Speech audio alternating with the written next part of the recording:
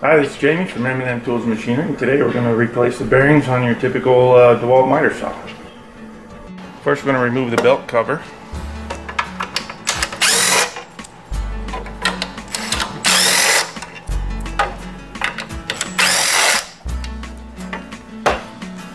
Then we're going to take off the bolt for the pulley.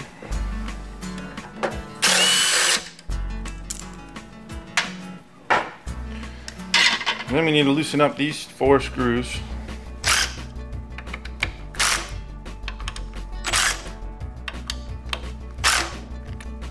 Okay. And now we need to loosen up the tensioner.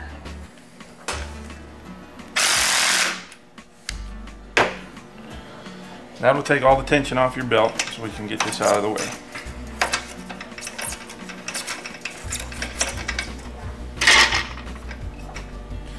Now that that's done, we need to go to the other side. Now we got to take this cover off so we can get your brushes out of the way.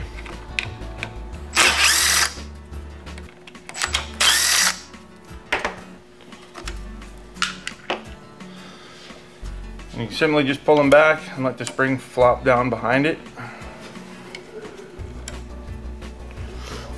We need to take out your armature cover bolts.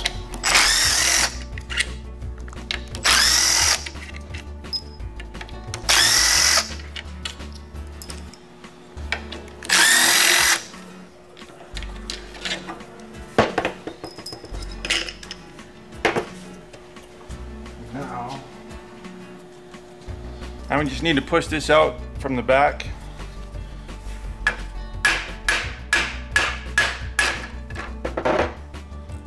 And with that out of the way, you can pull your armature out. As you can see, this is typically what happens to these bearings. They'll seize and weld up, and basically no bueno.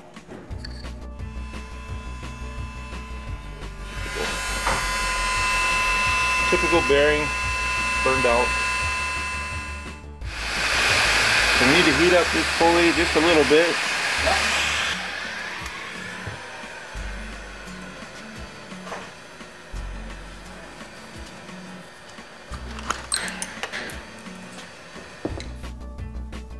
Now we just have to take off this retaining ring.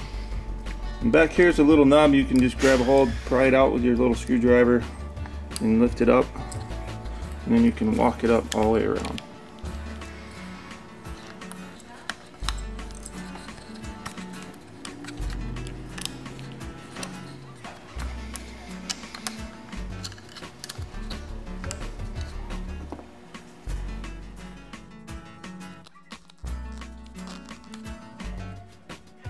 Now comes the fun part.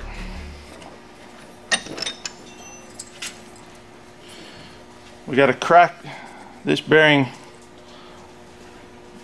and then we can get to the inner race and pull it off.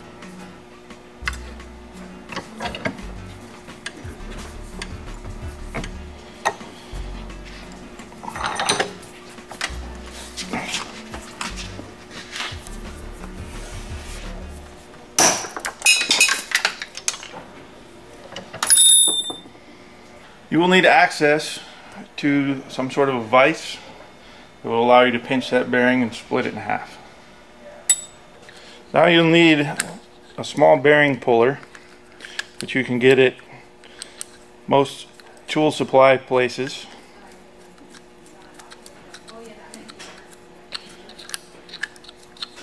And then you want to just pinch it around the rib in the inner bearing race.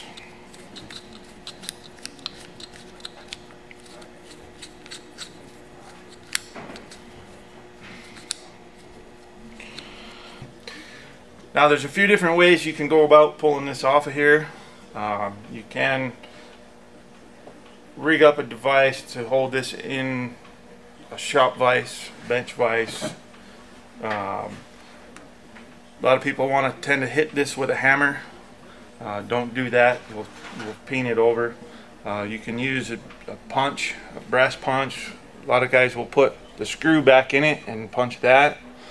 But either way, this has to come out of that race, and we'll use our handy dandy bearing press.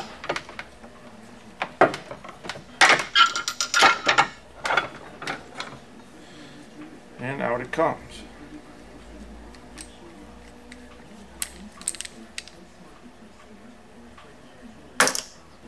That is the old bearing seal, which would still be on there, so make sure you take that off and toss that out of the way too.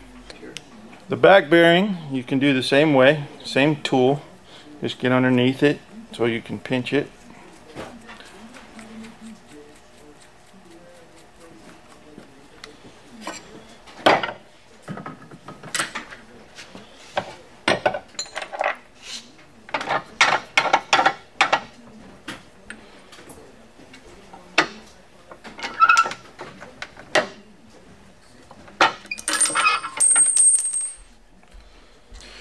Now we get to put the bearings back on.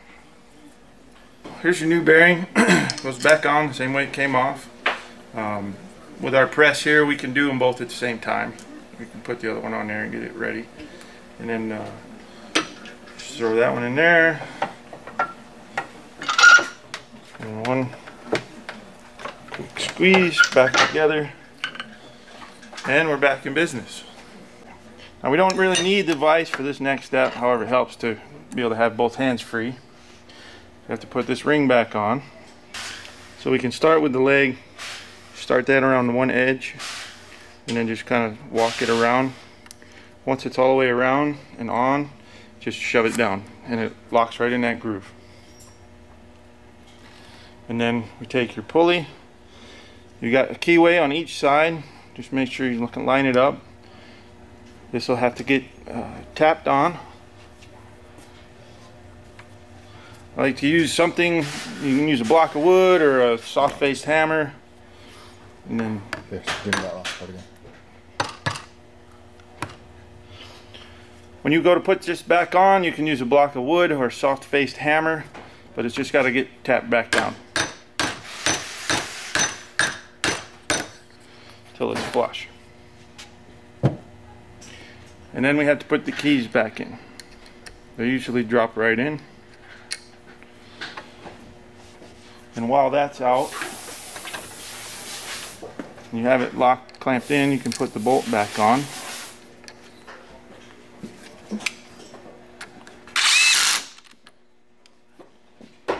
And we're ready to throw it back in the machine. We take our completed armature, slide it back into the field, make sure it seats in the housing all the way, and then we just fish it through the hole.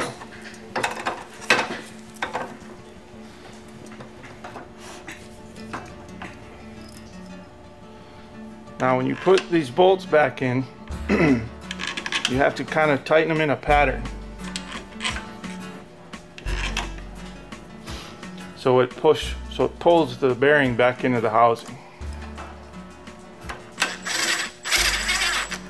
We'll go a little bit on that one, we'll go across to this one, come down to this one,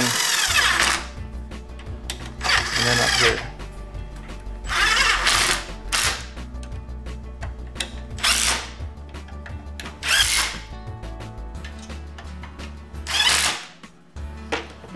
Now we can drop our brushes back in place. This is a good time here to check the length of your brushes. If they're getting about due to be replaced, it's probably a good time to replace them while you have it apart.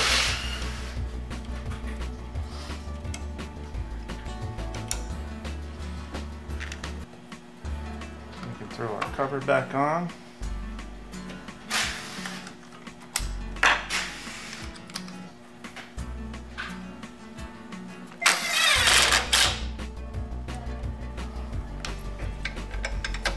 And we can throw our belt back on.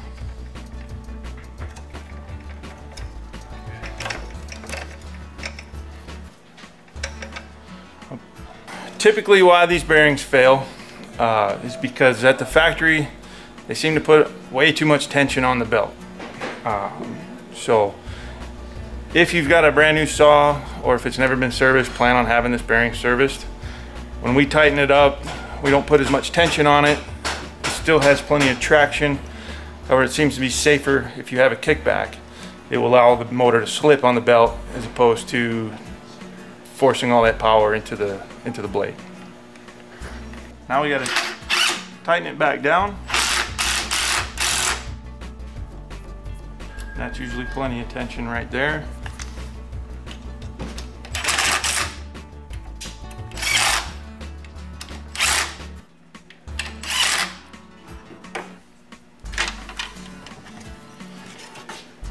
We can throw our belt cover back on.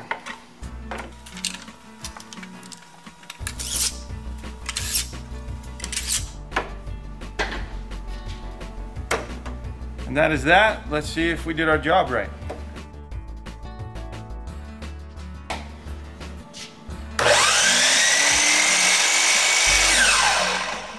And you folks are back in business. Thanks for watching. Please leave some comments down below here, and we enjoy your feedback.